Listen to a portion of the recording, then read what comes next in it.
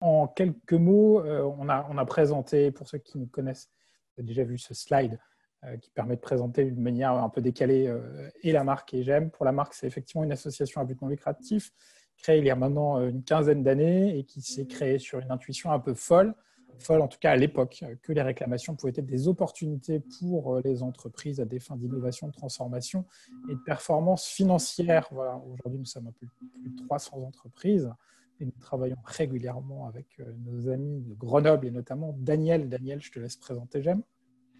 Bonjour à tous. Donc, Grenoble École de Management, je pense que tout le monde connaît au moins la grande école, donc 6e en France, 25e en Europe, 50e dans le monde, dans ces eaux-là en tout cas. Mais plus intéressant pour vous, mais moins connu, c'est toute la partie formation continue, avec en gros 50 programmes par an, plus de 5000 participants et de très nombreux partenaires avec lesquels on parle des sujets qui nous intéressent aujourd'hui.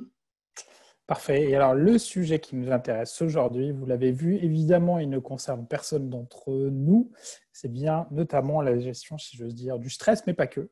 On a intitulé le sujet finalement aujourd'hui, comment se prémunir finalement de la sursollicitation pour pouvoir délivrer à nos clients, mais aussi à nos collaborateurs, un service de qualité. Alors, je ne sais pas trop ce qui se passe dans les slides, ça va, ça vient. Mais on va faire sans. Et donc, pour cette 6e conférence, on s'est dit qu'il pourrait être intéressant d'essayer de répondre notamment à ce à quoi on a tous été en proie probablement au cours des dernières semaines, c'est justement cette sursollicitation, déjà dans des endroits dans lesquels on n'avait peut-être pas l'habitude de travailler. Pour beaucoup d'entre nous, beaucoup d'entre vous, vous travaillez chez vous. Donc, il y a la sollicitation des clients par téléphone, par mail, le courrier, je crois qu'on a oublié. Mais il y a aussi la sollicitation de l'entourage proche. Là, dans quelques minutes, peut-être, y aura-t-il des enfants à qui on doit faire des devoirs. Donc voilà, cette notion de sursollicitation auquel on a tous été un petit peu en proie au cours des dernières semaines. Et puis, il y a la notion également du numérique qui a toujours été présente, mais peut-être beaucoup plus présente aujourd'hui, notamment avec justement ces visioconférences dont on n'avait peut-être pas l'habitude, ces appels également là-dessus, sur des WhatsApp, sur des FaceTime, sur plein de choses. Et donc, le manager de la relation client est, je veux dire, traditionnellement, historiquement, toujours très sollicité. Sollicité parce qu'il est souvent en contact avec ses équipes, comme tout manager, mais aussi souvent avec des clients, notamment des clients au niveau 2, quand certaines fois les contacts deviennent un petit peu rugueux ou nécessitent qu'un chef à plume se penche dessus. Et puis aussi tout ce que peut demander de manière extrêmement légitime un CODIR, un COMEX aux acteurs de la relation client. Et puis, pour traiter ce sujet comme pour les autres conférences, on a décidé d'embarquer à la fois un retour d'expérience très opérationnel, très incarné. Il le sera d'autant plus dans quelques secondes quand Catherine Ruki apparaîtra à l'écran. Et puis ensuite, Catherine qui se présentera, mais je peux vous le dire déjà, c'est quel scoop. Vous avez dû le voir, elle est manager des centres de contact du groupe ENER, donc qui est dans l'univers notamment de la prévoyance, et puis qui sera complété par le témoignage donc, de Caroline Cuny, qui elle est professeure à Grenoble École de Management, et qui vous aidera peut-être à rentrer dans vos cerveaux pour que nous nous sentions moins malades. Voilà.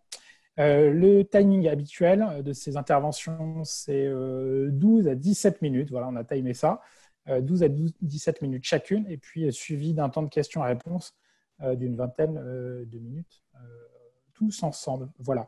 Donc, je reviens une dernière fois juste sur le plan pratique. Vous avez tout en bas un item, un onglet sur lequel il est inscrit « Converser ». Vous pouvez poser toutes vos questions, vos remarques, soit uniquement aux conférenciers, mais n'hésitez pas à les partager à tous. Et puis, pour tous ceux qui participeraient à cette conférence, qui ont peut-être participé aux autres également, n'hésitez pas également à nous faire part de vos feedbacks sur ce que vous avez vécu et puis pourquoi pas aussi ce que vous aimeriez bien vivre, toujours avec la marque et GEM sur ce binôme infernal. Voilà, Catherine, je ne le dirai pas plus. Très heureux de t'accueillir.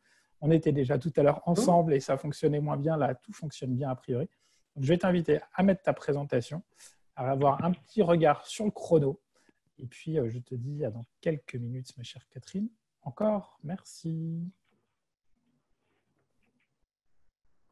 Bon, bonjour à tous et merci de votre présence. Donc, rapidement, je m'appelle Catherine Ruki, je suis membre fondateur de la marque depuis 2004 et je suis donc responsable du centre de relations clients du groupe ENER.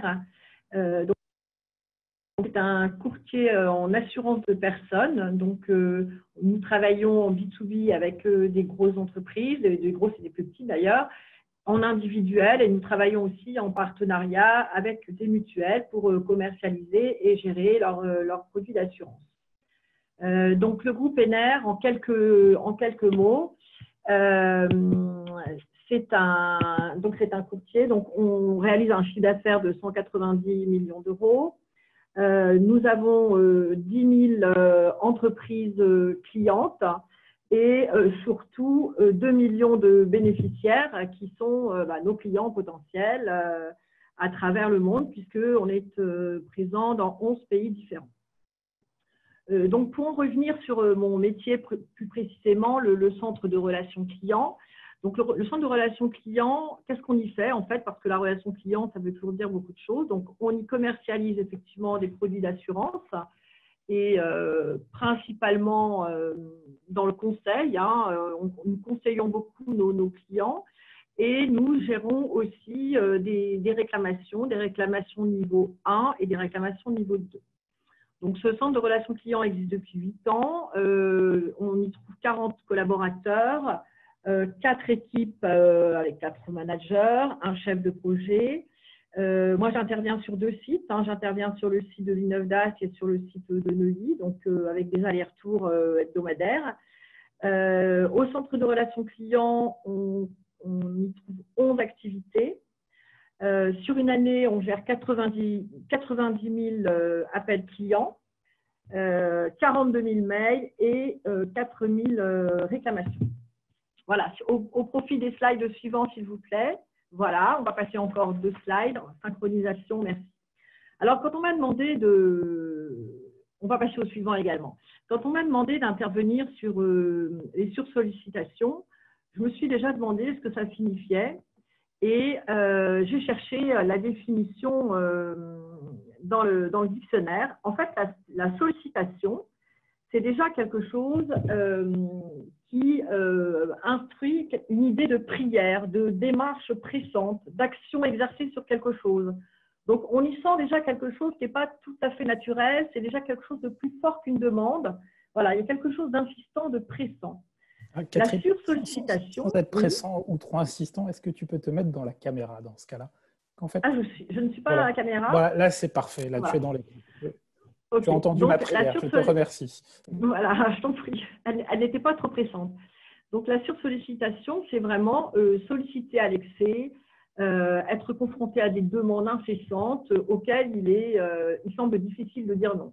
Je pense qu'on vit tout ça dans nos vies professionnelles.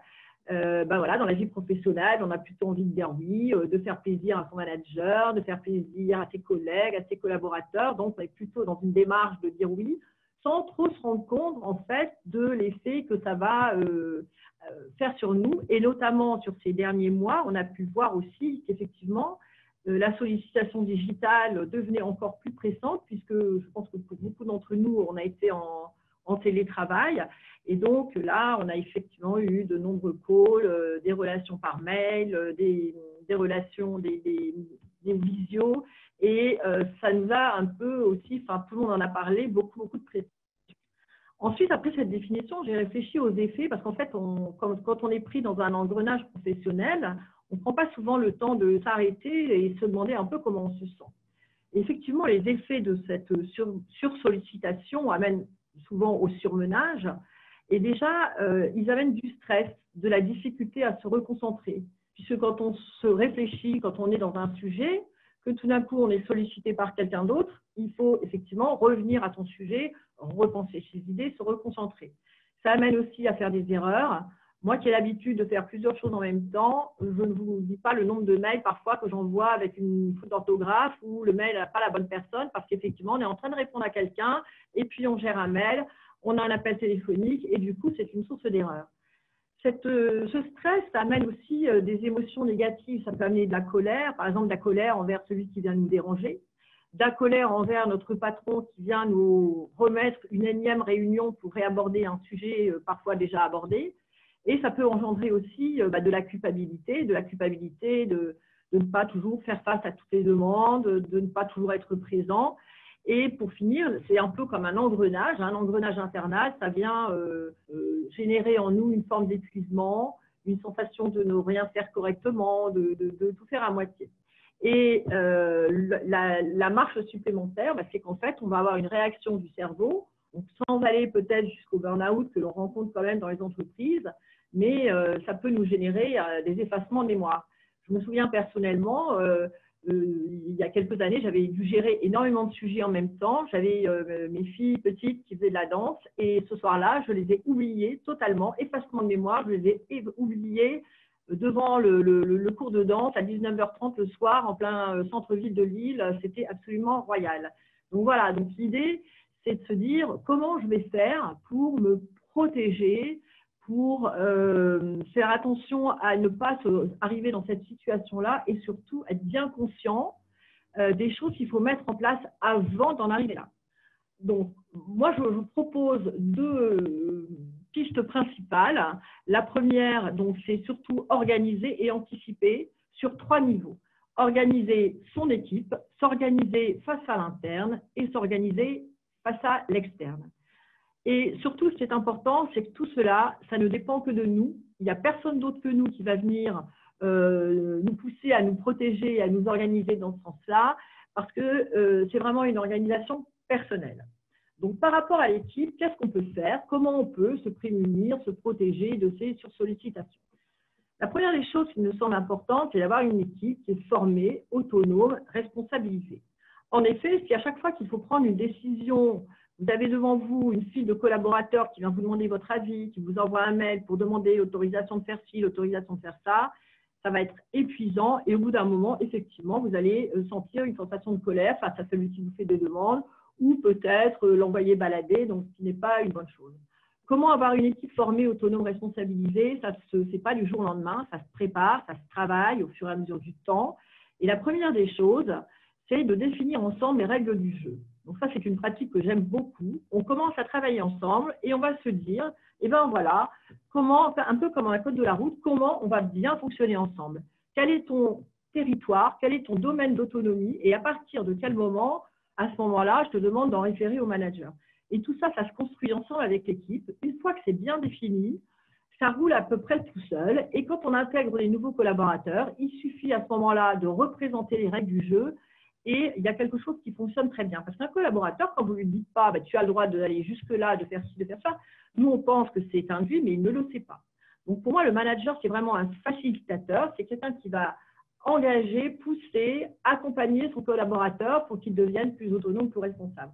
Je vous prendrai quelques exemples. Quand vous gérez, par exemple, une réclamation client, si à chaque fois que le collaborateur est amené à faire un geste commercial et qu'il doit venir demander la permission de son manager, c'est extrêmement lourd. On perd du temps, on perd de l'énergie. Si la route est claire et qu'il connaît les règles pour attribuer un geste commercial et que jusqu'à une certaine limite financière, il a toute son autonomie, ça va aller extrêmement bien.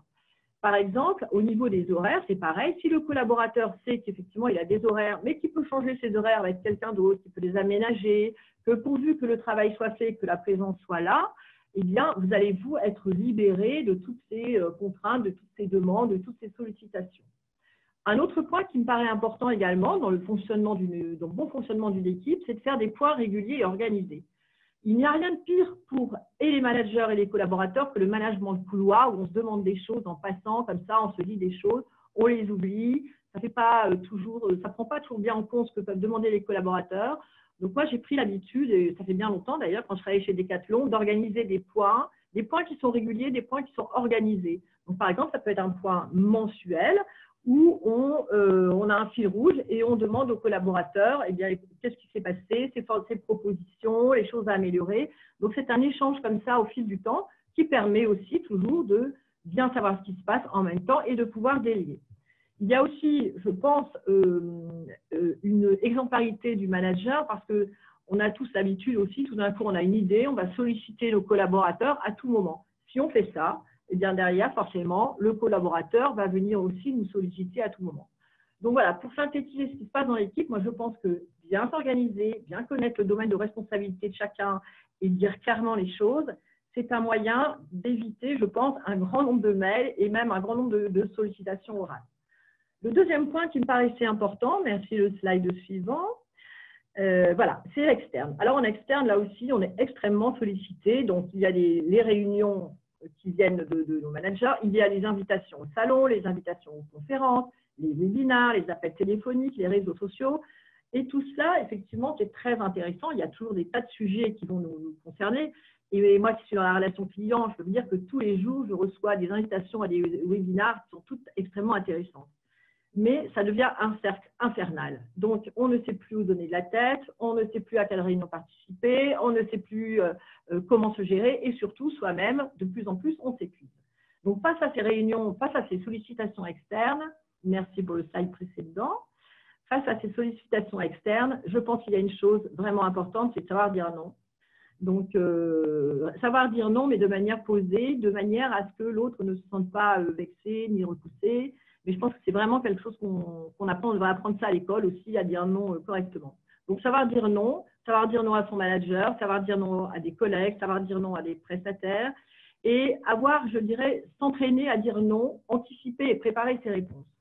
Par exemple, je dis être assertif, ne pas se justifier. Si à chaque fois que vous dites non, vous commencez à trouver des justifications, ah ben non, la réunion, je ne peux pas, j'ai mes enfants, oh ben non, ça, je ne peux pas parce que là, ceci, cela. Ce n'est pas d'assertivité. Donc, je pense qu'il faut apprendre à dire non en disant tout simplement, ben non, pour moi, ça n'est pas possible. De manière affirmée, de manière assertive et ne surtout pas derrière avoir peur et culpabiliser. Je pense que tout le monde peut entendre un non quand il est posé de manière déterminée. La plupart du temps, on peut entendre un non. Et je pense aussi, face à ça, qu'il faut savoir dire non à soi-même. Donc, la première chose, en anticipation, pour ne pas se faire déborder, c'est de préparer et anticiper sa semaine. Moi, le lundi matin, même voire des fois souvent le vendredi soir, je regarde ce qui m'attend la semaine prochaine et je regarde les réunions, les diverses réunions qu'on m'a proposées, que j'ai acceptées aussi des fois un peu à la va-vite. Et à ce moment-là, je vérifie si c'est équilibré pour moi et peut-être parfois ça m'arrive de faire un peu de ménage, de repousser ou de dire non tout simplement parce que je sais que si je réponds à tout, ça ne va pas être bon et que je vais finir la semaine complètement épuisée. Donc, savoir annuler si surcharge. Je dirais aussi, nous qui sommes connectés 24 heures sur 24, gérer son temps de connexion. Donc, on le dit souvent, il faut savoir se déconnecter pendant les congés. Moi, ce n'est pas une habitude que j'ai. Je me connecte pendant les vacances parce que sinon, je sais que quand je rentre, j'ai plus de 1000 mails qui m'attendent. Mais je gère mon temps de connexion. Idem pour le week-end, je le gère, je me connecte de 9h à 10h le matin et après, c'est terminé pour toute la journée. C'est vraiment une protection de soi-même. Ensuite, savoir dire non également, c'est choisir ses centres d'intérêt parce qu'on peut tous aller intervenir, participer à des réunions, participer à des webinaires. Je pense qu'il faut savoir sélectionner les sujets qui nous touchent vraiment de très très près, peut-être les quelques organismes qui vont vraiment nous apprendre des choses et puis malheureusement laisser les autres côtés. Et je dis aussi l'omniprésence, être partout et vouloir toujours être présent dans tous les sens. Pour moi, c'est une faille et non pas une force. Il faut savoir parfois être absent, il faut savoir parfois se retirer et pouvoir se centrer sur les sujets qui sont vraiment importants. Après, dernière chose que je vois aussi pour se protéger de tout ça, c'est une espèce d'hygiène personnelle et interne. Slide suivant, s'il vous plaît. Donc, l'hygiène interne, c'est... j'appelle ça se chouchouter, se faire du bien et ne pas se laisser déposséder, attirer par les uns et les autres. Donc, je ne suis pas une machine et j'ai des limites. Il faut savoir que voilà, tout le monde a des limites, les autres aussi d'ailleurs.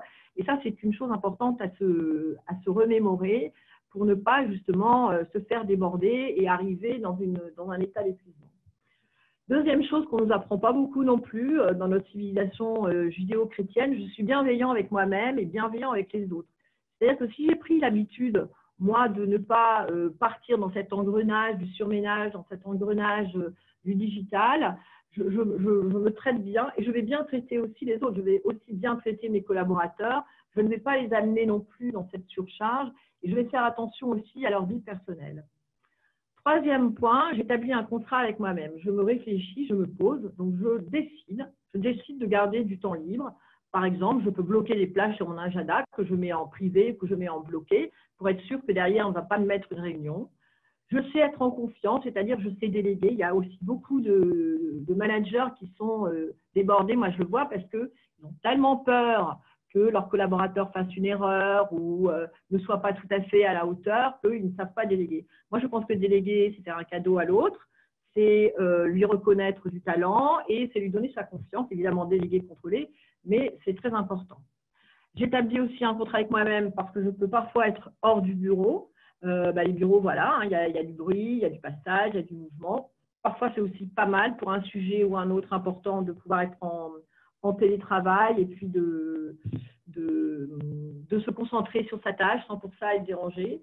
Moi, j'ai fait par exemple le choix d'être sur un plateau avec mon équipe parce que je trouve que ça facilite la communication et en même temps, les jours où je dois faire des sujets de réflexion, des budgets, des choses comme ça, je m'autorise tout à fait en télétravail et je sais que derrière, l'équipe va continuer à tourner puisqu'ils se sont habitués à travailler en autonomie, en responsabilité. Ce n'est pas parce que je ne suis pas présente au lieu de travail que le travail ne sera pas bien fait. Et dernier point qui me paraît super important, je prends soin de moi, de mon corps, de mon esprit. Moi, j'aime bien le ASICS, hein, Anima, Sana, Incorpore, Sano.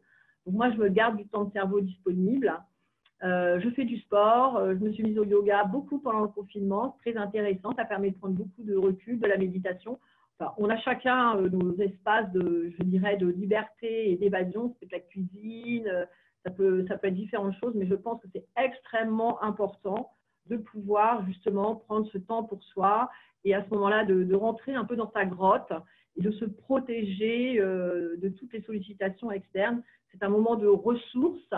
Et en fait, c'est plutôt aussi un moyen de repartir plus fort et plus centré pour les temps à venir après. Donc, en synthèse, moi, vraiment, ce que je dis, face aux sursollicitations digitales ou pas digitales d'ailleurs, c'est vraiment le maître mot, c'est se préserver en anticipant, en s'organisant, en limitant les différents contacts et en équilibrant sa vie le plus possible. Sachant qu'on a tous des contraintes plus ou moins personnelles qui viennent s'ajouter, mais ça me paraît vraiment important. Voilà, je passe la parole à Caroline et je vous remercie pour votre attention. Merci beaucoup, Catherine, pour ton témoignage. Alors, est-ce que toutes les personnes ont probablement, de fait, vous n'avez pu voir, c'est que toute l'équipe, du coup, s'est réorganisée avec nos petits problèmes de Zoom pour permettre à Catherine d'avoir les slides et que vous puissiez également les voir. Donc, merci beaucoup à Sarah et à Daniel d'avoir fait le job à côté. On va accueillir effectivement Caroline Kuning, donc, qui est professeure à Grenoble École de Management. Dans ton domaine d'expertise, Caroline, on peut entendre des choses comme cerveau, charge mentale. Je crois que tu as été fortement sollicitée pendant et tout au long de la crise, notamment sur, je crois, la notion de sursollicitation, notamment par rapport au numérique et par rapport au digital dans son ensemble. Tu devras apparaître d'un instant à l'autre à la fenêtre. Et du coup, nous allons pouvoir t'accorder ces 12 à 17 minutes de témoignage, de partage d'expertise, qui seront ensuite suivis d'un temps de questions-réponses avec les participants. Je te laisse la main. Normalement, je suis… Bonjour à tous. Est-ce que tout le monde me voit? Alors, je vois que le partage d'écran a été désactivé. Voilà, merci beaucoup. Non. Ça fonctionne, ça ne fonctionne pas. Pas de mon côté pour le partage d'écran. Après, c'est pas grave. Je te remercie pour cette introduction. Donc, effectivement, je suis enseignante et chercheur à Grenoble École de Management. Et voilà, ça y est, je partage mon écran. Je vous laisse noter, si vous voulez, mon email. Si jamais des questions vous venez encore longtemps après mon intervention, surtout, vous n'hésitez pas. Voilà, vous pouvez encore faire des commentaires ou me poser des questions après coup.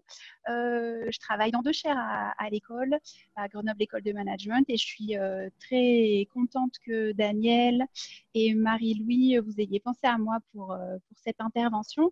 Donc effectivement, je trouve que tous les éléments et les astuces là qui ont été partagés par Catherine sont extrêmement intéressants et bien sûr tout à fait pertinents pour elle, mais nous permettent aussi de nous donner des exemples très précis sur justement ces processus et ces mécanismes qui vont entrer en jeu. Donc moi, ce que je vais essayer de faire, c'est de vous préciser un peu ces mécanismes et puis de vous donner encore d'autres petites astuces. Et puis bien sûr, vous n'hésiterez pas ensuite dans la discussion à nous dire ce que vous en pensez. Alors, la première chose que je vous invite à faire, mais après la conférence, c'est regarder un petit tour de magie.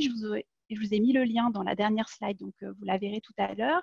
Et bien sûr, vous allez me dire bah, n'importe quoi. Elle nous dit que c'est un tour de magie et donc on ne va pas se faire avoir. Mais je vous assure que même en sachant que c'est un super tour de magie avec des cartes organisées par Richard Wiseman avec une de ses collaboratrices, et ben même en vous disant que c'est un tour de magie, vous allez quand même vous faire attraper. Alors, pourquoi vous allez vous faire attraper? Parce qu'en fait, je vends quand même la mèche. La magie n'existe pas. J'espère que je ne choque personne. Mais par contre, c'est un petit tour de surcharge mentale. Qu'est-ce que je veux dire par là? Eh bien que finalement, notre cerveau, qui est vraiment un organe complètement fascinant et qu'on continue encore de comprendre de plus en plus, ça a fait un boom d'ailleurs ces derniers temps avec les capacités technologiques des outils pour aller voir ce qui se passe, mais aussi de façon plus générale sur les cadres théoriques en fait, qui permettent d'expliquer comment est-ce que le cerveau fonctionne et sa relation avec la pensée, bien sûr, et les comportements. Donc ici, ce qui va être intéressant pour nous de comprendre, c'est que eh bien, notre cerveau, finalement, il a certes des capacités de traitement qui sont vraiment incroyables, mais en même temps, elles sont limitées en nombre et en qualité par ce qu'on appelle la charge mentale. La charge mentale, c'est, si vous voulez, d'une certaine façon, comme un réservoir en fait, de capacités attentionnelles qu'on va avoir. Et en fait, ce qu'il faut comprendre, c'est que cette charge mentale, eh bien, on va l'utiliser à chaque fois qu'on fait quelque chose. Alors, on fait quelque chose tout le temps avec notre cerveau, donc cette charge mentale, elle est tout le temps sollicitée. Alors, elle peut être sollicitée de façon très générale, c'est ce que je vais appeler la charge cognitive, c'est-à-dire qu'on est en train de réaliser une tâche particulière, il va falloir se concentrer, faire appel à sa mémoire, à ses processus d'attention, de perception, etc. Gérer un certain nombre de stimulations. Ça va charger notre mental, d'autant plus que la tâche est complexe. Si la tâche est simple, ça la chargera un peu moins. Et va se rajouter à ça, heureusement ou malheureusement pour nous, mais c'est là qu'on va comprendre les effets aussi des émotions dont parlait Catherine tout à l'heure, se rajoute à ça toutes les stimulations autres que notre cerveau a aussi à traiter, que je vais appeler charge psychique ou psychologique. L'idée ici, pour nous, c'est de comprendre qu'en fait, tout ce qui arrive à notre cerveau va effectivement lui demander un certain type de traitement et que même s'il est très superficiel, eh ben, ce traitement va quand même nous prendre de cette charge mentale. Donc, avec les activités qu'on doit faire parce que, par exemple, on télétravaille, plus tout ce à quoi on a à penser, et je vous invite un jour à réfléchir à tout ce que vous avez en tête à un moment donné, alors que même que vous êtes en train de vous concentrer sur votre travail. Donc, ça peut être des émotions, ça peut être des choses à faire, ça peut être simplement une planification, une organisation, ça peut être de la fatigue, ça peut être une certaine ambiance là, avec par exemple le climat un peu anxiogène qu'on a vécu notamment avec le confinement, soit parce qu'on était embêté d'être privé de liberté et ou parce qu'on s'inquiétait peut-être par exemple pour la santé de ses proches ou pour le suivi de nos enfants à l'école, etc., etc. Donc tout ça, ça va charger encore plus notre mental. Or, eh bien, on est capable de traiter très peu d'informations. Donc, je dis 4-5 choses à la fois. 4-5 choses à la fois, ça veut dire que là, quand vous êtes en train, par exemple, de m'écouter, vous pouvez encore imaginer 4 choses en plus. Alors, ça peut être penser à ce que vous allez faire justement juste après. Ça peut être simplement traiter des informations comme le fait que vous êtes plutôt mal assis et qu'il faudrait changer de chaise, etc., etc. Et donc, ça ne fait pas beaucoup, en fait, 4 à 5.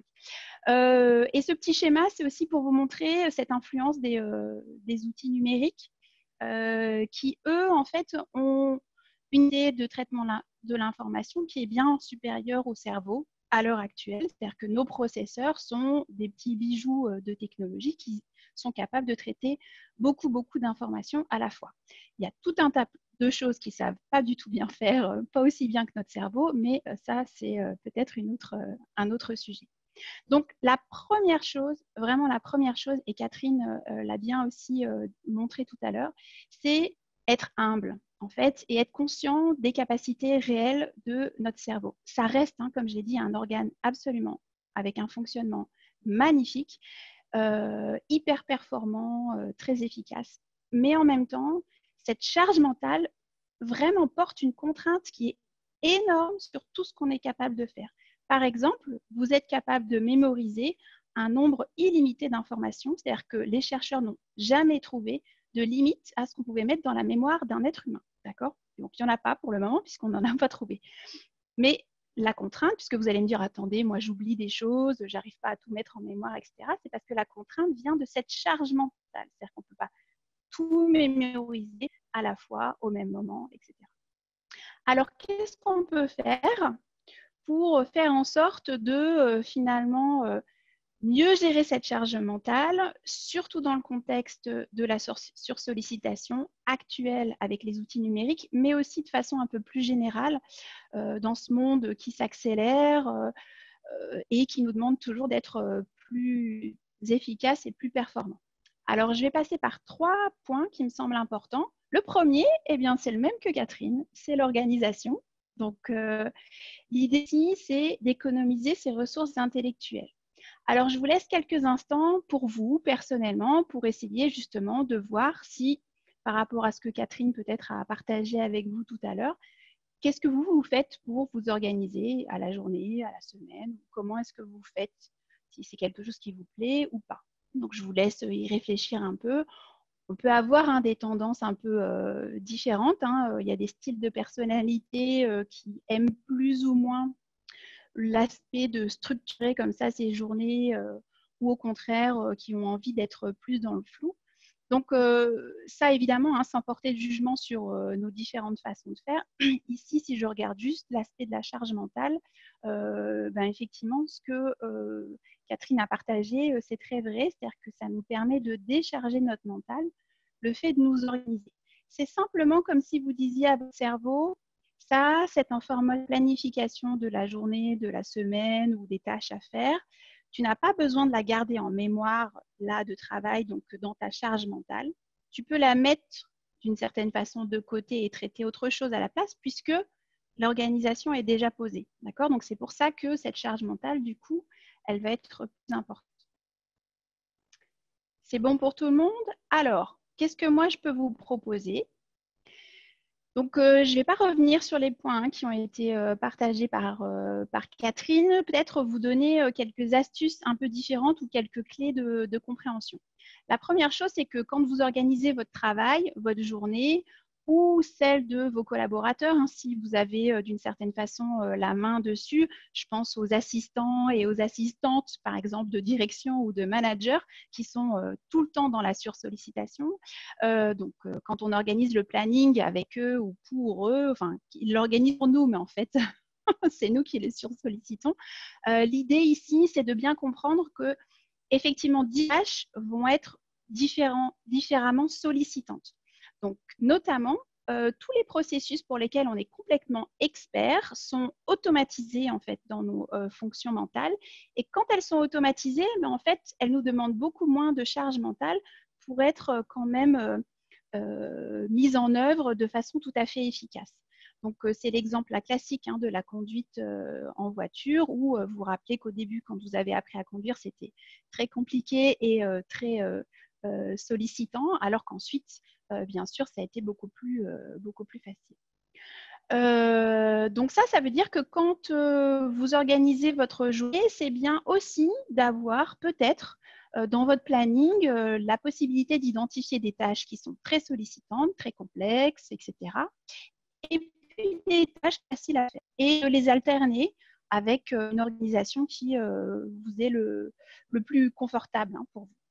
La deuxième chose qu'il faut bien savoir à propos du cerveau, c'est que quand je dis qu'on peut avoir 4 ou 5 informations en même temps dans sa charge mentale, en fait, ces informations, si on arrive à les regrouper de façon à leur faire du sens, alors elles ne deviennent plus qu'une seule information au lieu d'être plusieurs informations. Ça, c'est l'exemple pour ceux d'entre vous qui jouent par exemple aux échecs. Vous savez peut-être que effectivement votre expertise, elle va se développer à un moment donné parce que au lieu de voir sur un plateau comme moi je vois, moi qui je ne joue pas aux échecs, au lieu de voir donc un plateau avec des cases de 2 couleurs et plein de pièces partout que j'essaye déjà de reconnaître et de mémoriser, les joueurs d'échecs experts, eux, vont voir un scénario, un pattern, une stratégie, etc. Donc, le fait de regrouper les informations, ça fait que c'est beaucoup moins de traitement, puisqu'on n'a plus une seule information à traiter, enfin beaucoup d'informations à traiter de façon individuelle, mais une seule information globale. Donc, quand on prévoit des tâches pour ses collaborateurs, ça peut être aussi une idée, bien sûr, de donner du sens, de mettre les choses qui vont ensemble, etc. Donc, même quand on organise sa journée, ça peut être une idée.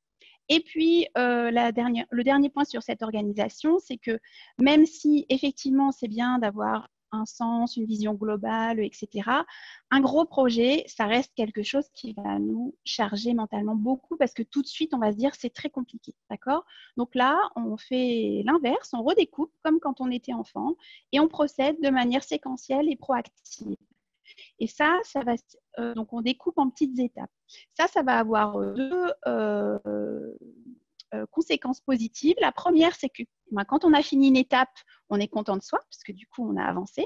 Donc ça, c'est super pour le mental. Et puis la deuxième chose, c'est qu'évidemment, quand on a fini cette étape, eh ben, c'est comme si on avait chargé la charge mentale fortement pour avoir cette stimulation. Et ensuite, ça se décharge et puis on passe à une autre chose. Et donc, ça fait comme ça des montagnes russes. Et les montagnes russes sont plus agréables pour notre cerveau que quand on reste sur un plateau comme ça qui est tout à fait épuisant. Alors, là, ça veut dire quoi? Ça veut dire que, il va falloir effectivement faire tout ce qu'on nous dit, c'est-à-dire un petit effort. Alors, pour certains d'entre nous, c'est un gros effort pour gagner en efficacité. Donc, on garde la première idée qu'on reste tout à fait modeste. Alors, il paraît que les études ont montré qu'il y a à peu près 75% des gens qui, en fait, prévoient toujours beaucoup trop dans leur planning journalier et qui n'arrivent jamais à faire tout ce qu'ils ont prévu. Un peu comme si, peut-être, on avait l'impression qu'on pouvait en faire plus que… Donc là, ça veut dire que je réfléchis aux différentes choses que j'ai à faire, je structure mon temps de travail avec des pauses, avec des imprévus, d'accord? Si je n'ai pas prévu les imprévus dans mon planning et qu'un imprévu survient, qu'est-ce qui se passe? J'explose. D'accord? Et si jamais il n'y a pas d'imprévu qui survient, eh ben, tant mieux, je vais pouvoir m'avancer pour le reste. Donc ça, c'est des choses qui sont vraiment très facilitantes pour notre cerveau. Bien sûr, ça c'est très important. Effectivement, je rejoins Catherine, pense-pied. On leur facilite l'organisation, on leur donne peut-être une structuration claire ou un certain nombre d'éléments qui vont les aider, communiquer, échanger, pourquoi je fais ça, quand est-ce que je suis disponible, comme dit Catherine, vous pouvez me joindre peut-être de 8h à 9h tous les matins, etc., etc. La deuxième chose, c'est quand même qu'il faut apprendre ou réapprendre à se faire parce qu'on a besoin d'avoir des moments où on va être sollicitation.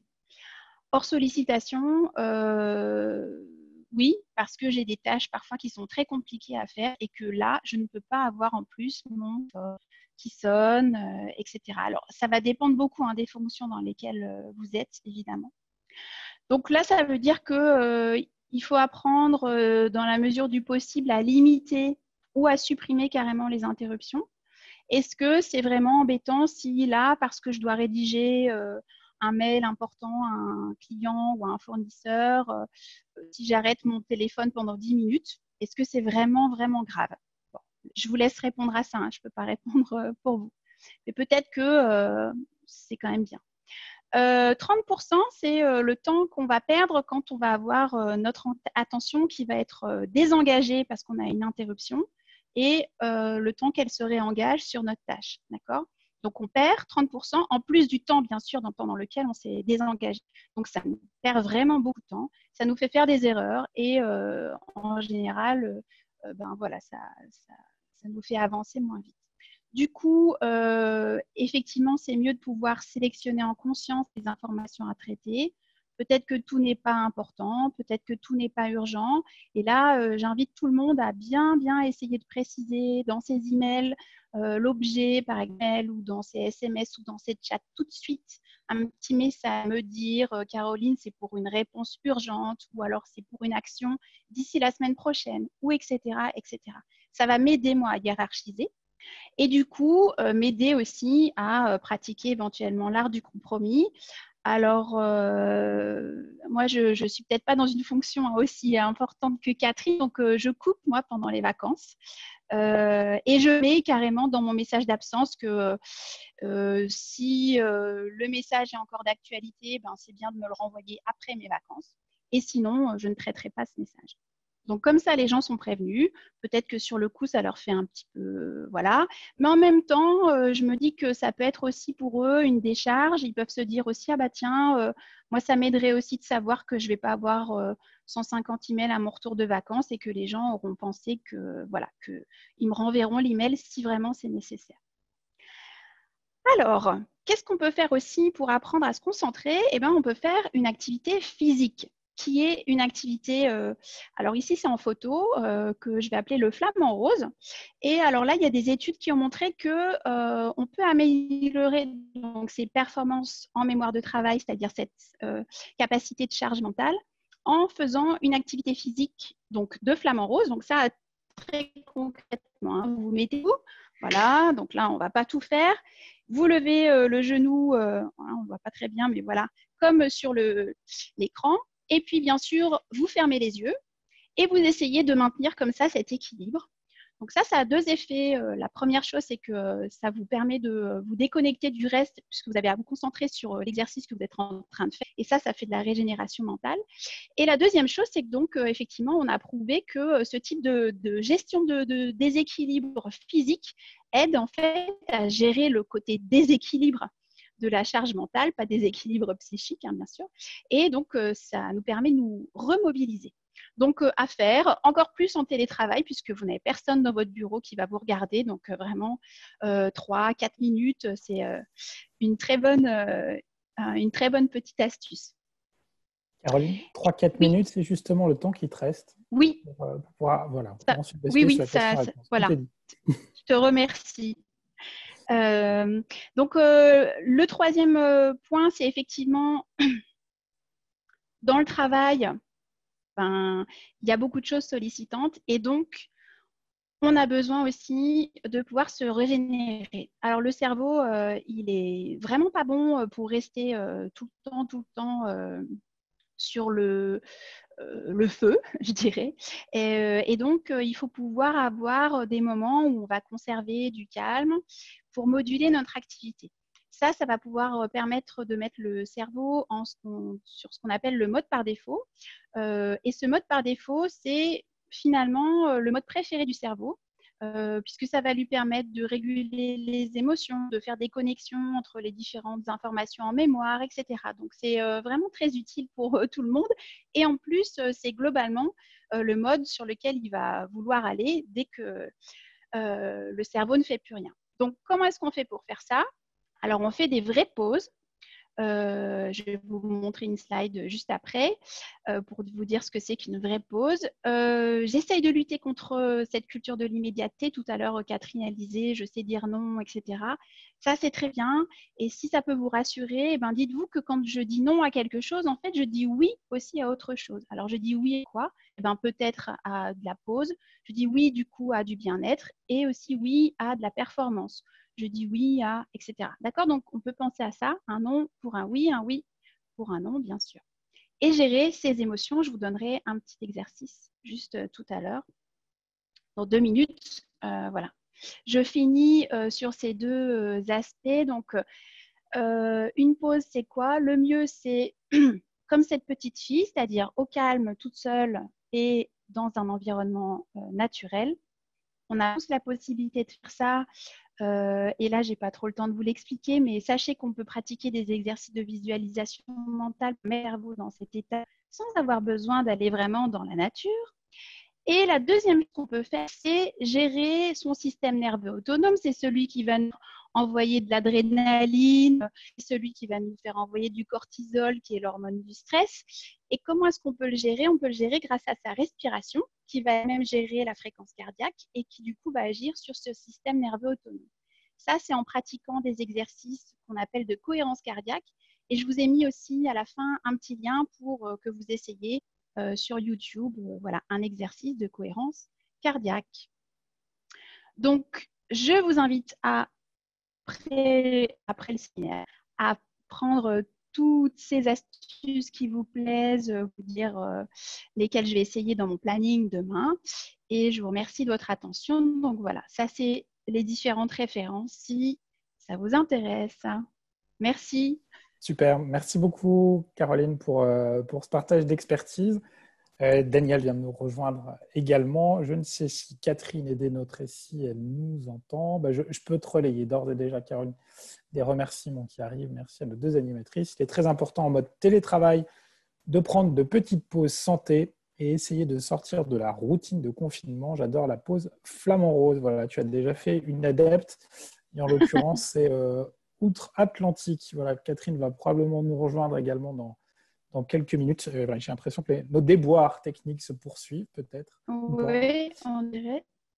Voilà, sinon, il y a d'autres techniques qui sont proposées à tous les conférenciers, participants d'une personne. Caroline, en attendant Catherine, tu peux passer peut-être un peu plus de temps sur l'histoire de la respiration. Tu sais, ton dernier slide, tu peux passer rapidement. Je pense que ça, c'est extrêmement intéressant parce que c'est issu du scientifique, si j'ai bien compris. Et ça a des résultats extrêmement positifs, alors que ce n'est pas grand-chose. Et ça, c'est typiquement un tips qu'on peut tous faire, me semble-t-il. C'est ça. Donc, ces exercices de cohérence cardiaque, les études montrent que 5 minutes suffisent pour 4 heures de bénéfices. Et donc, la prescription, c'est 3 fois par jour, 3 fois 5 minutes. Comme ça, vous aurez couvert vraiment toute votre journée, votre nuit, etc. Alors, ce qui se passe, en fait, c'est que donc, on a en fait notre système nerveux central et ce qu'on appelle avec l'ensemble des nerfs, etc. Le système nerveux autonome, c'est celui qui va gérer tous les processus physiologiques automatiques. Donc, il va gérer la respiration, la fréquence, le cœur avec la fréquence cardiaque, etc., la sudation. C'est-à-dire que vous n'avez pas besoin de réfléchir pour faire tout ça, ça se fait de façon automatique. Mais les chercheurs se sont rendus compte qu'on a quand même un point d'accès vers ces processus automatiques et c'est le contrôle de la respiration. C'est-à-dire qu'en consciemment, en contrôlant sa respiration, on va contrôler en fait sa fréquence cardiaque et le fait de diminuer sa fréquence cardiaque, ça donne le signal au corps en fait qu'on est en train d'activer le système nerveux autonome qui est plutôt celui de la détente. C'est-à-dire que ça va lutter contre le système nerveux autonome qui est plutôt activateur, qui lui va sécréter les hormones pour pouvoir nous proposer d'agir ou de réagir, etc.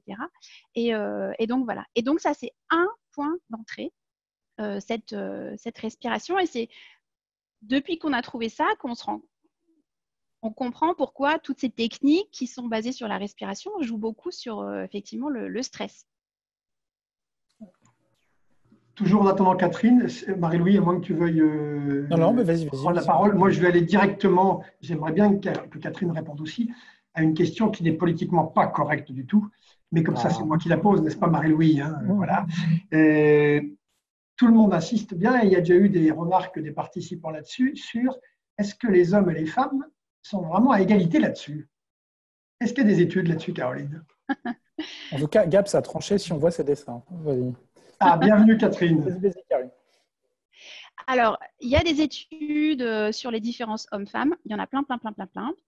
Du point de vue du cerveau, il y a 2 différences majeures qui sont une taille, c'est-à-dire un volume qui est différent chez les femmes et chez les hommes, et 2, la connexion entre les deux hémisphères, donc avec ce qu'on appelle ici le corps calleux, qui est plus dense chez les femmes que chez les hommes. Ceci étant dit, ces différences entre sexes, on les retrouve presque de façon aussi forte et aussi importante quand on va prendre deux individus différents. C'est-à-dire qu'entre Marie-Louis et toi, peut-être que si je fais l'étude, je vais trouver aussi que les différences sont énormes ici. Non, mais l'exemple est bien pris, bien sûr. Et en tout cas, du point de vue du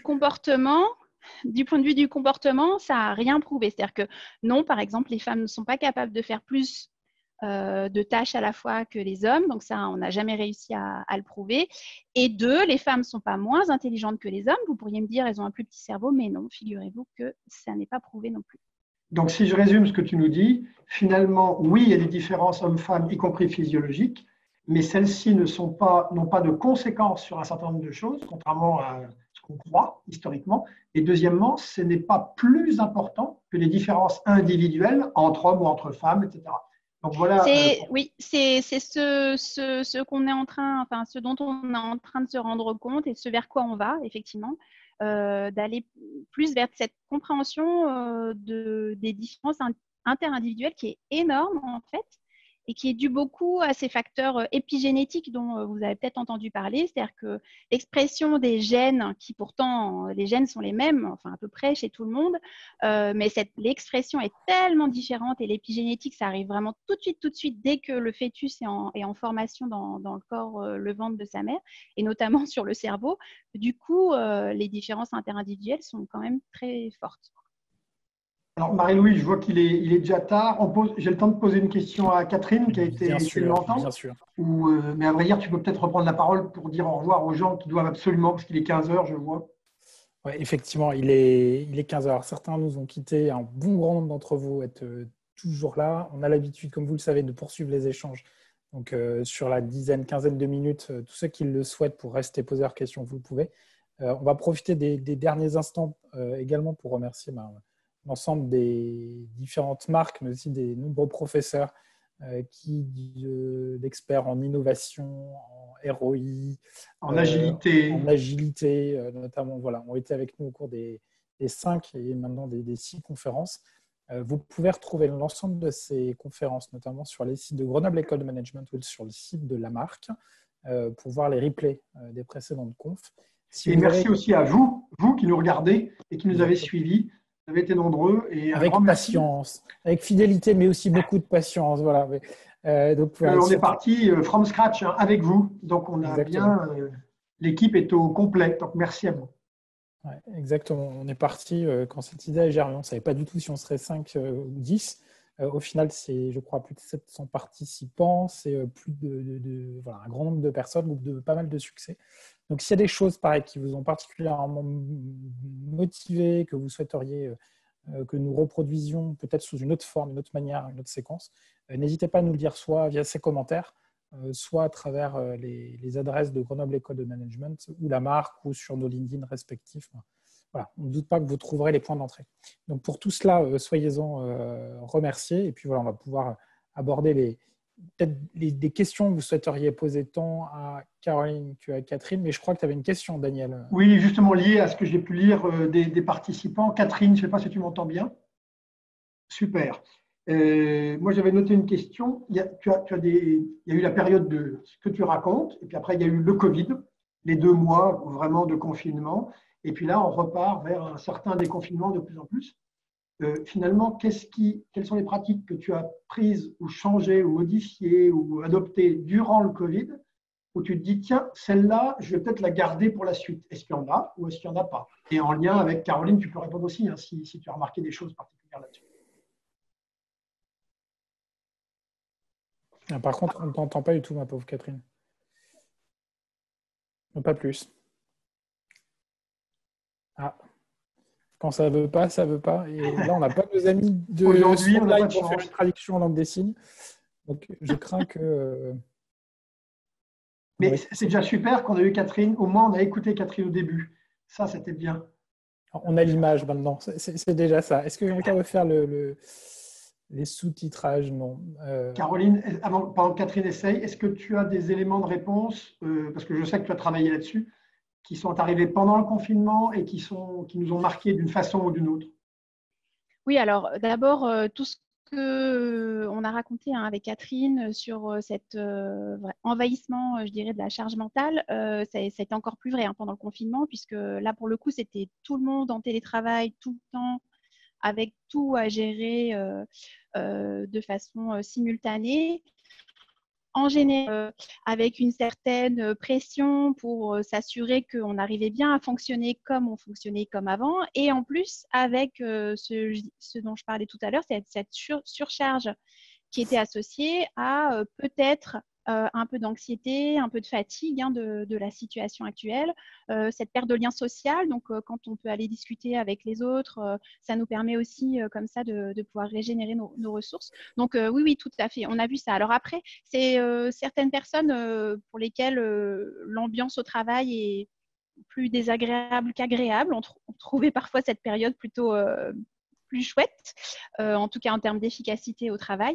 Donc là aussi, c'est ce côté de surcharge mentale dû à l'ambiance. Mais globalement, même si tout le monde a bien pris en charge cette période, c'est quand même épuisant.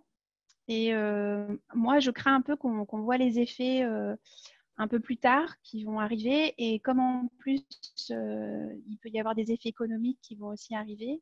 Là, ce n'est pas mon domaine, mais bon, je vous laisserai seul juge. Voilà, ça va surcharger encore un peu le cerveau. Est-ce que vous m'entendez? Ah, on Oui. t'entend. Oui.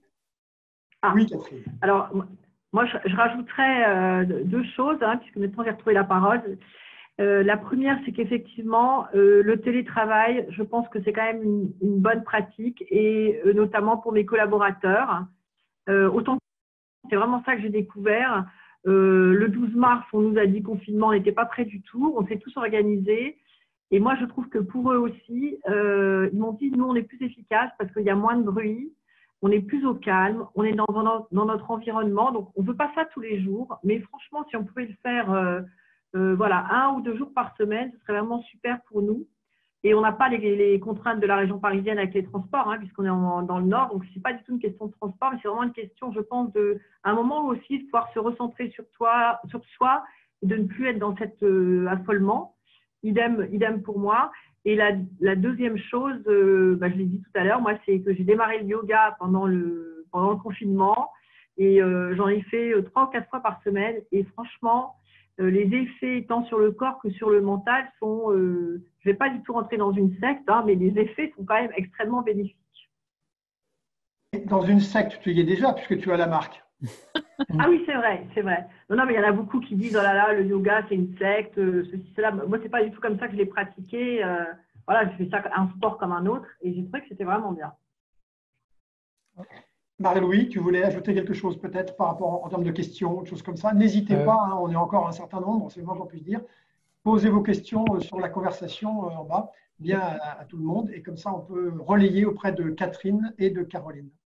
Alors, moi, j'ai une question à poser à Caroline.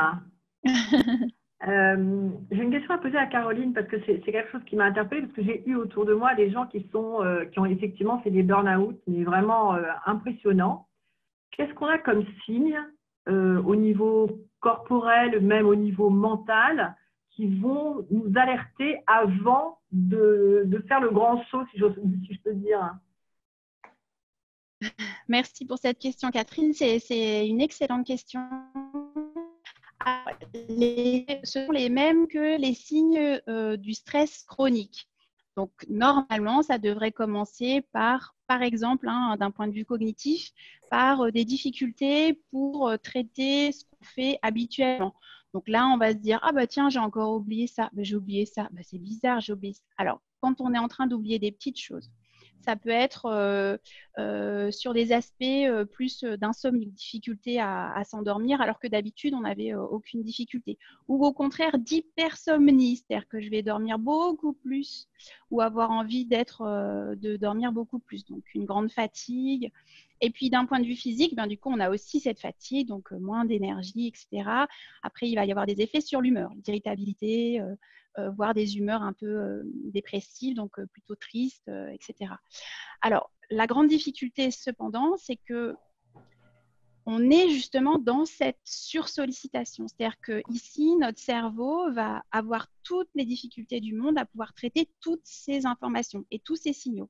Et c'est pour ça que souvent, en burn-out, les gens ont l'impression que ça leur arrive du jour au lendemain. C'est-à-dire que du jour au lendemain, ils sont dans l'incapacité de se lever pour aller au travail, où ils s'effondrent devant la porte du bureau en pleurs ou en colère, ou etc. Ils ne peuvent plus gérer ça. Ou parfois même avec des signes physiques. Donc, par exemple, je perds l'utilisation d'un œil ou des deux, ou j'entends plus bien. Donc, physiquement, hein, comme si j'étais aveugle ou sourd. Et ça, c'est simplement le cerveau, hein, comme vous disiez tout à l'heure, qui dit « stop ». En fait, il dit « j'ai trop d'informations, donc je ne les traite plus ». Et ça, c'est un cercle vicieux en fait, dans lequel on va tomber quand on est dans cet épuisement, puisque si mon cerveau ne peut pas traiter ces informations supplémentaires, alors il ne traite plus justement ces informations qui sont de l'ordre de « je suis épuisé ». Donc souvent, j'aime quand même dire que si je suis quelqu'un, par exemple, qui peut-être ne fait pas trop d'activités connectées à mon corps ou qui ne sait pas toujours trop m'écouter, comme on dit, là, c'est bien de faire confiance un peu à son entourage qui, lui, va noter, par exemple, particulièrement fatiguée ou que j'ai épuisé. Et ça, c'est un bon signe parce que peut-être moi, je n'ai pas eu le temps de le traiter, mais eux arrivent à le voir.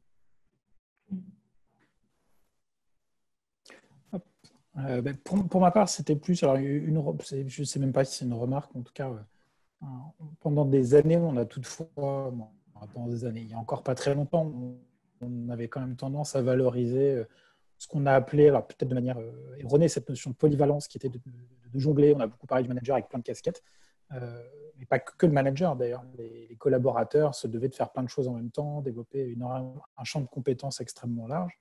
Et ce qu'on entend également, non seulement dans ton propos, mais dans les travaux, c'est qu'il vaut mieux avoir des experts ou des personnes qui soient centrées sur des tâches avec une forte expertise, une forte expérience.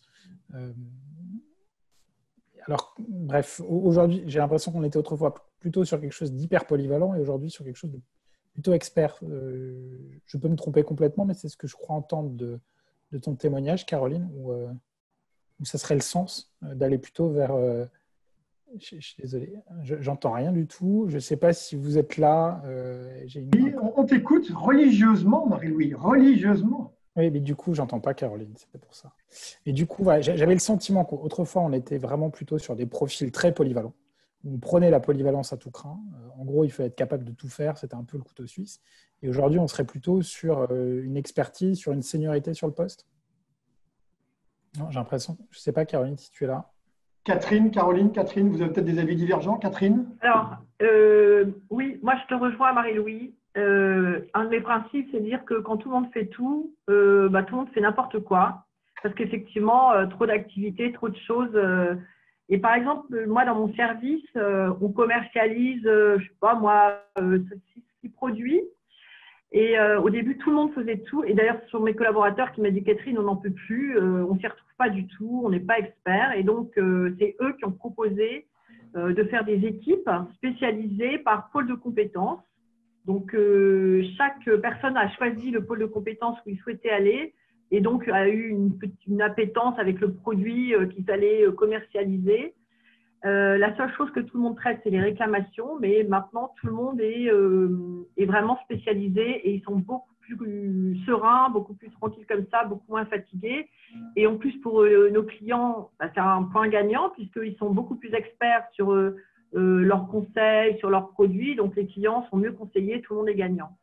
Et alors, souvent, on veut installer la polyvalence pour des raisons de productivité et de performance économique. Mais moi, je pense que c'est un mauvais calcul. C'est un calcul à court terme. Investir dans les pôles de compétences, c'est vraiment un gain à long terme. Parce qu'on n'aura pas d'arrêt maladie, on aura des collaborateurs plus motivés, des clients mieux conseillés. Donc, je pense vraiment qu'effectivement, c'est le bon sens du vent d'arrêter cette polyvalence à tout prix. Et je fais un point, avant peut-être Caroline que tu puisses développer.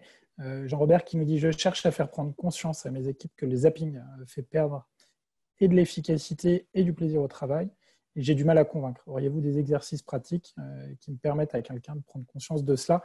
Et là, avant de te donner réellement la parole, Caroline, je t'avais partagé une expérience ou du moins une anecdote que j'avais entendue à l'occasion d'un séminaire il y a quelques mois qui m'expliquait que finalement travailler sur du multitasking, c'était comme travailler en étant alcoolisé. Voilà, voilà, je ferme ma parenthèse. Caroline. Oui, alors moi, j'ai pas la vue opérationnelle de Catherine, donc je pense que vos conseils sont vraiment sur l'aspect opérationnel très pertinents. Moi, je n'oserais pas vous donner des conseils sur ces aspects-là. Ce que je peux dire simplement, c'est rappeler que qu'il faut bien comprendre, c'est que quand je démarre une nouvelle activité, je suis donc novice. Si je suis novice, ça veut dire que faire cette activité me demande de charger beaucoup justement mon mental. Et donc, ça prend beaucoup de ses ressources mentales. Donc, on est dans le cas de tout à l'heure où je montrais automatisé versus non automatisé. Donc, je peux tout à fait me dire que je vais gérer plein de choses nouvelles. Mais plein de choses nouvelles, ça veut dire qu'il faut qu'on me donne plus de temps ou qu'on simplement on considère que ça va être plus fatigant pour moi. Cela dit, le cerveau est capable quand même d'apprendre beaucoup de choses. Moi, j'aime bien cette expression qui dit justement pas sortir de ma zone de confort parce que c'est un peu stressant ou bizarre, mais simplement élargir ma zone de confort. Je pars d'un endroit et puis je fais un peu plus ou j'apprends un peu plus, etc. Et l'expertise a ces conséquences positives dont parlait Catherine, c'est-à-dire que du coup, c'est quelque chose que je vais faire facilement en étant performant et sans me fatiguer. Alors, sur la question sur le zapping,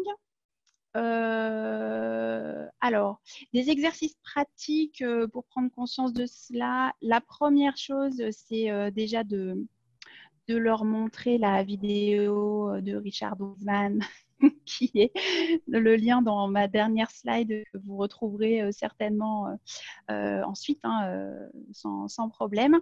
Ce qui permet déjà de comprendre que effectivement on a des ressources qui sont très limitées. Ensuite, ce qu'on a fait nous comme étude, c'est effectivement de montrer qu'on n'est pas capable de faire rien qu'une petite tâche très simple en même temps que notre autre activité journalière. Alors, je ne sais pas si vous pouvez vous amuser à ça. Moi, je suis une chercheure expérimentaliste, donc j'aime bien faire ça. Mais bon. Donc, quand les gens sont en train de travailler, vous simplement faites leur demander de faire une petite tâche secondaire, pas grand-chose, marquer d'une croix, par exemple, sur un cahier dès qu'ils pensent avoir le temps, ou faire un autre petit type de dessin, etc. Ils vont se rendre compte qu'en fait, dans leur journée, ils font très peu de croix, très peu d'autres petits dessins. Ça veut dire qu'en fait, ils n'ont pas la capacité à faire autre chose que leur tâche principale, qui elle-même est déjà suffisamment complexe. Donc, ça veut dire que si moi-même, je n'arrive pas à me libérer du temps pour aller faire cette petite tâche secondaire, ça veut dire qu'à chaque fois que j'ai une notification ou quelqu'un qui rentre dans mon bureau, ou etc., ça va me faire perdre forcément le fil. Dans notre petit guide, nous, on a calculé ce pourcentage que je vous disais tout à l'heure, c'est-à-dire 30% en plus de temps perdu. Alors, s'ils ne vous croient pas sur parole, vous n'avez qu'à leur dire que c'est moi qui vous l'ai dit. Vous me les envoyez. Tu peux aussi ajouter, Caroline, que dans le film de Richard Wiseman, je crois que c'est lui aussi, le coup où il y a l'ours à côté, pas l'ours, mais le gorille à côté. On le voit, le gorille. Il y a un autre film avec un gorille qui est extrêmement marquant, je trouve. Tout à fait. Si on a les liens, je vais essayer de le mettre en participation. Pour moi, ça m'a vraiment bluffé. C'est vrai qu'une histoire de gorille, ça vaut le détour. Ce n'est pas ce que tu crois. Deux questions qui sont également posées et aussi intéressantes vraiment l'une que l'autre. On sent presque le vécu. Quel conseil donneriez-vous à un collaborateur qui travaille avec un manager peu à l'écoute pour l'alerter sur sa surcharge sans stresser son manager qui lui-même est débordé? Voilà. Il y a peut-être aussi une question d'apprendre à dire non. Caroline, je ne sais comment tu embarques cette question. Tu veux que je te dise les secondes en attendant de réfléchir à la première? Non, oui. En fait, là, c'est vrai que bon, il y a aussi tout un contexte qui fait que c'est pas facile de répondre comme ça sans connaître bien les tenants et les aboutissants, les relations qu'on peut avoir avec son manager. Je vais noter le peu à l'écoute. Donc là, ça veut dire qu'il faut essayer de contourner cet aspect pour aller vers autre chose. Alors, dans ce cas-là, ce qu'on peut proposer, c'est d'abord d'essayer de voir ce que moi, je vais pouvoir, collaborateur, donc gérer de mon côté, pour moi. Donc, avec ces différentes astuces là, que j'ai données, quel genre de liberté je peux avoir pour organiser ou structurer, faire des pauses, ou etc. Et puis après, pourquoi pas imaginer que l'exemplarité, elle remonte dans l'autre sens. Alors normalement, on parle d'exemplarité pour justement le manager. Tout à l'heure, Catherine en parlait. Ici, l'idée, c'est peut-être simplement de montrer un certain nombre de façons de faire que moi j'ai en tant que collaborateur, et sans montrer du doigt le manager ou en lui disant tu devrais faire pareil, essayer de voir si les choses ne vont pas changer comme ça. Moi, j'aime bien sûr la communication directe, mais quand on est face à quelqu'un qui n'écoute pas, voilà. Alors, moi, si je peux rajouter quelque chose, moi d'abord, je lui écrirai, parce que peu à l'écoute, ça veut dire qu'on se parle, vite fait, on n'a pas le temps, ceci, cela. Parfois, mettre les choses par écrit, ça donne un temps de réflexion, un temps de recul qui est un peu différent. Puis, ça peut aussi libérer d'une forme d'émotion qui peut être un peu intrusive, agressive. Donc voilà, je prends le temps, j'écris les choses, je me base sur des faits, et puis je vais relier en fait mes arguments à ce qui va intéresser mon manager. On est tous pareils, ce qui va intéresser, c'est la productivité, la performance, le fait que les équipes soient motivées. Et donc, je vais peut-être baser mon écrit en reliant des faits. Si aujourd'hui on surcharge les collaborateurs, eh bien, on risque d'avoir des arrêts maladie. Les arrêts maladie, ça coûte cher, ça nécessite des remplacements, et puis ceci, cela. Si on surcharge les équipes, eh bien, ils vont probablement aujourd'hui être un peu agressifs avec les clients, les envoyer balader. Derrière, ça va régénérer des choses, des clients qui vont revenir. Donc voilà, lui montrer, effectivement, trouver son écoute par ce qui va lui l'intéresser, ce qui va lui le toucher, et se demander quel manager, c'est un peu manipulateur, mais pas trop, en se demandant quel manager on a en face de nous et qu'est-ce qui va faire qu'à un moment, on va trouver ce lien d'écoute. Et je pense que souvent, la performance et la productivité, c'est quand même des éléments qui sont entendus par beaucoup.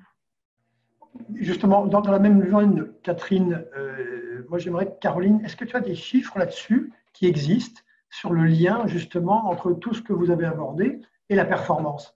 Parce que je pense que les managers seront ravis, Catherine la première, d'avoir quelques chiffres, même basiques, une perte de X%, etc., etc. Est-ce que ça a été étudié d'un point de vue de la recherche? Ou finalement, c'est quand même le lien n'est pas direct et il y a des modérateurs ou des médiateurs compliqués? Moi, je peux répondre parce que je vais répondre par un… Malheureusement, il n'y a pas de chiffre aussi direct que ça. Alors, il y a quand même beaucoup de travaux qui montrent que ces facteurs, en fait, sont autant de facteurs qui, effectivement, vont diminuer la performance. Maintenant, il faut entendre ce qu'on entend par performance, et c'est là où on n'a pas de chiffres. Parce qu'en général, les entreprises ne vont pas nous donner non plus de chiffres parfois précis sur la performance. Par contre, on peut avoir des éléments en termes de performance perçue, c'est-à-dire mon efficacité à moi, qu'on appelle l'auto-efficacité, et aussi l'aspect de satisfaction au travail. Donc, comme je ne donne pas de chiffres, je ne peux pas répondre à cette question. Je voulais simplement juste rebondir sur effectivement cette idée d'émotion qu'on peut avoir soi-même et qui après va nous embêter dans notre travail. Donc, il y a la charge mentale dont on a parlé tout à l'heure dans la conférence, mais il y a aussi tout ce dont a parlé Catherine, c'est-à-dire que effectivement, je ne suis pas une page blanche. Et donc, si j'arrive déjà le matin, que je dois répondre à des clients qui eux-mêmes, en général, me sont envoyés parce que ils n'ont pas réussi à répondre à leurs questions dans la FAQ ou qu'ils n'ont pas non plus réussi à répondre avec le chatbot, et ben, du coup, voilà, ils m'envoient, ils sont très énervés, ils sont très, voilà, peu satisfaits. Et si moi-même, j'ai déjà tout un tas d'émotions négatives, ça va être difficile de ne pas me projeter.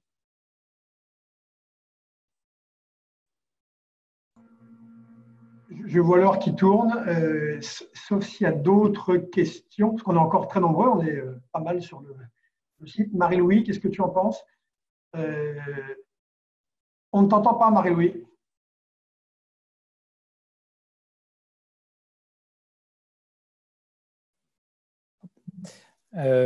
Qu'effectivement, on a pas mal de personnes qui sont encore présentes. Si vous avez des questions, surtout n'hésitez pas à les exprimer.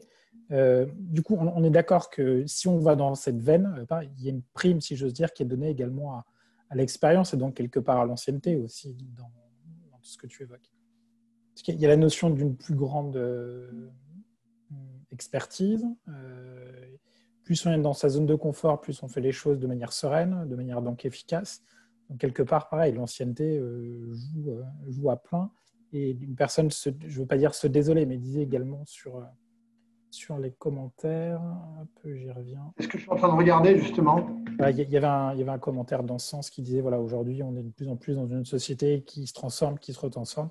Et finalement, on n'a pas le temps de sédimenter les personnes à un poste, qu'elles doivent déjà partir. Et donc, finalement, c'est désorganisation, ou c'est réorganisation qu'on court à la désorganisation. Alors, du point de vue de la charge mentale, hein, très clairement, le novice a la double peine, je dirais, puisque les choses sont plus difficiles à faire pour cette personne et donc ça va lui demander l'utilisation de plus de ressources, donc c'est plus fatigant. Et en plus, je vous apprends rien, quand je suis novice, en plus, je ne sais pas bien hiérarchiser encore les informations, ni les structurer comme il faut, ni aller les chercher auprès de la bonne personne, etc. Donc, c'est aussi un temps qui est plus long. Donc, c'est vrai que ça, c'est… bon, je pense que là, j'apprends rien, mais en termes de responsabilité de manager, de bien faire en sorte que le novice, je lui permette d'avoir plus de temps pour ça. Après, on est chacun, comme tu le disais, hein, finalement, novice dans un domaine nouveau sur lequel, ou une fonction nouvelle sur laquelle on va nous demander de plancher. Et c'est là où ces réorganisations, etc., sont souvent difficiles parce que soit on nous demande parfois pas de laisser tomber ce qu'on faisait auparavant, c'est-à-dire qu'on reste quand même l'expert de ce domaine, etc. On doit faire quelque chose en plus et encore en plus, etc. Soit on nous demande d'être opérationnel tout de suite dans cette fonction et ça, c'est effectivement pas complètement possible.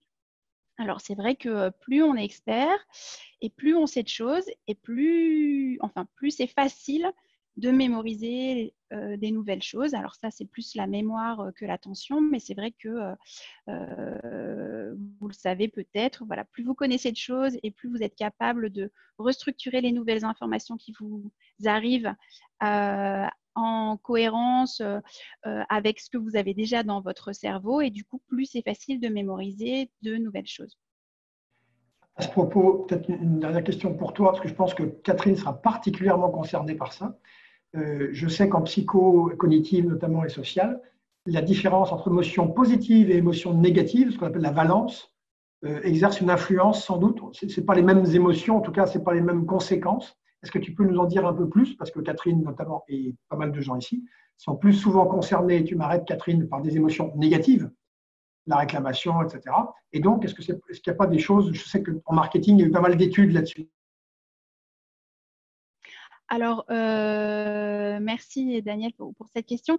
Déjà, la première chose que je voudrais dire sur les émotions, c'est que dans notre espèce humaine, on a évidemment cette capacité très basique, mais qui remonte à loin, hein, de catégoriser systématiquement toutes les stimulations qui nous arrivent en agréables, désagréables.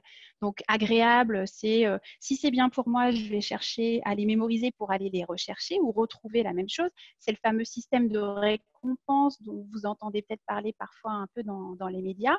Et bien sûr, le pendant, c'est les stimuli qui sont négatifs, donc désagréables. Et là, pourquoi est-ce que je les mémorise? Pour pouvoir les éviter ou les combattre. Hein, c'est le système de la fuite ou du combat qu'on connaît aussi très bien. Donc ça veut dire que si on regarde ça de façon complètement basique, tout ce qui va nous arriver, on va le mettre en agréable, désagréable, agréable, désagréable avec les comportements qui sont associés. Ça veut dire aussi que du point de vue physiologique, ces réactions dont on parlait tout à l'heure du système nerveux autonome, elles sont aussi complètement automatiques et hyper rapide, d'accord? Donc, face à une stimulation négative, hop, je vais tout de suite mettre tout ce système-là de fuite ou d'attaque en branle. Ça veut dire que ça a quand même des conséquences qui sont positives puisque ça va attirer mon attention, plus les stimuli négatifs que les stimuli positifs. Et je vais donc les repérer. Ils vont aussi être mieux mémorisés et me permettre de réagir d'une façon un peu plus rapide. Alors, c'est bien. Et puis parfois, c'est pas très bien, on l'a tous vécu. C'est là que parfois, faire de la méditation, tout ça, ça peut nous aider, hein, prendre un petit peu de recul ou avoir une attitude un peu d'acceptation ou de non-jugement pour pouvoir répondre plus à froid, d'accord? Mais cette différence, elle vient là. Donc, globalement, les émotions négatives vont être celles qui vont nous alerter le plus facilement et du coup, provoquer ces réactions physiologiques. Donc, quand on a un stress qui est court, ça nous permet en général de réagir de façon plus, donc, comme je disais tout à l'heure, rapide. Et cette réaction, elle va être efficace si on l'a eue de nombreuses fois. Donc, si on s'est entraîné, hein, par exemple, à répondre à des attaques de clients mécontents. Par contre, si ce stress est continu, là, il va falloir avoir quand même des moments où je vais pouvoir gérer ce stress et donc avoir des activités qui sont ressourçantes en émotions positives pour pouvoir me permettre d'être plus efficace. Et là, Catherine, du coup, on retrouve peut-être ce que tu disais tout à l'heure, mon manager qui m'aide ou l'équipe qui est avec moi positive ou au moins là, je me ressource positivement. Non, c'est ça? C'est exactement ça. En fait, moi, je dis toujours que le rôle du manager, c'est quand même un de ses premiers rôles, c'est de pouvoir permettre à ses collaborateurs, justement, d'être dans le bien-être, est un bien grand mot, mais dans des conditions de travail qui soient sympas, pas trop stressantes. Et effectivement, et je ferai le lien quand même avec les clients. Moi, je vois très bien quand mes collaborateurs ont quelque chose dans leur vie qui vient les contrarier, un gros stress personnel ou quelque chose comme ça, ben, curieusement, les retours des clients par rapport à la satisfaction de la relation qu'ils ont eue avec ces gens-là, forcément, sont en baisse. Alors que quand ils ont plutôt des événements heureux, la satisfaction est en hausse. Donc, on fait vraiment le lien entre ces choses-là. Après, moi, je trouve que c'est vraiment au manager de gérer tout ça. Par exemple, moi, un collaborateur qui est en lien avec un client et qui se fait agresser, ça arrive. Eh bien, je lui dis surtout maintenant, enlève-toi du téléphone, va respirer, va prendre l'air, ressource-toi, retrouve une énergie positive parce que c'est vrai que c'est un vrai stress et que si on enchaîne comme ça des stress toute la journée, à la fin de la journée, on n'est plus bon à rien. Et donc, c'est aussi ça, c'est important de savoir équilibrer justement face à une émotion négative, se reprendre un peu soi, aller respirer, faire un tour, retrouver un équilibre. Si ça vous intéresse, je peux partager exactement ce que tu viens de dire, Catherine. Je n'avais pas pensé à ça, mais une bonne pratique que j'ai observée récemment chez EDF, et je ne trahis aucun secret. Tu m'arrêtes, Catherine, c'est peut-être pareil chez toi. Quand je me fais agresser ou quand j'ai été mauvais, Caroline a commencé à m'insulter en disant « ça ne va pas du tout, je ne suis pas contente, je l'ai mal pris ». Ça s'est mal emmanché, entre guillemets. Et du coup, il y avait une pratique qui est vraiment un processus chez EDF, qui est « je dois transmettre la patate chaude parce que je ne suis plus en capacité, comme ça c'est mal emmanché, de toute façon, c'est foutu. » Voilà. Alors, je ne sais pas si c'est pareil chez toi, mais là, voilà. Or, il se trouvait que chez EDF, pendant un certain temps, dans les plateaux, personne ne le faisait parce que c'était très mal vu, parce que c'était un échec. Si moi, je passais la patate chaude à Marie-Louis, eh ben, ça va dire que j'avais échoué. Et je me souviens très bien qu'on a travaillé avec eux sur la culture client et que l'une des premières choses qu'a fait Jérôme, qui est le responsable de ça, monsieur culture client dans le Sud-Est, c'est qu'il a justement dit il faut que ça change et que ce ne soit pas vu négativement, mais que ce soit vu positivement. C'est un signe d'intelligence. Et donc, du coup, il a lui-même valorisé, il a arrêté tout le plateau en disant « Je voudrais féliciter Catherine ». Tout le monde se lève pour féliciter Catherine, qui vient de passer à Marie-Louis, Caroline. Et c'est ce qu'il fallait faire. Bravo. Ce qui fait que, d'un coup, et donc en moins de 15 jours ou 3 semaines, il a vu le nombre de patates chaudes changer et la satisfaction des clients s'améliorer. Donc voilà typiquement quelque chose qui a pas, et c'est pas grand-chose, et ça a changé. Je ne sais pas si tu l'as vu ou vécu, ce genre de choses.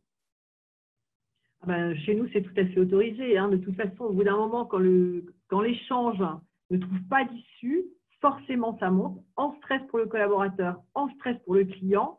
Et donc, il y a des formes d'énergie négative qui vient se dégager des deux. Et le simple fait de changer d'interlocuteur tranquillement, même si l'autre il n'y a pas une question de meilleur ou pas meilleur, mais ça vient changer l'énergie et les choses peuvent se aplanir et se réexpliquer. Et après, si vraiment c'est trop compliqué, c'est le rôle du manager aussi de dire, écoute, transmets-moi l'appel. Aussi, nous, on n'a aucun, il n'y a pas de punition, il n'y a pas de sanction, il n'y a pas de jugement, il n'y a rien du tout là-dessus parce que c'est encore une fois l'intérêt du collaborateur et l'intérêt du client, l'intérêt de l'entreprise de faire ce genre de pratique.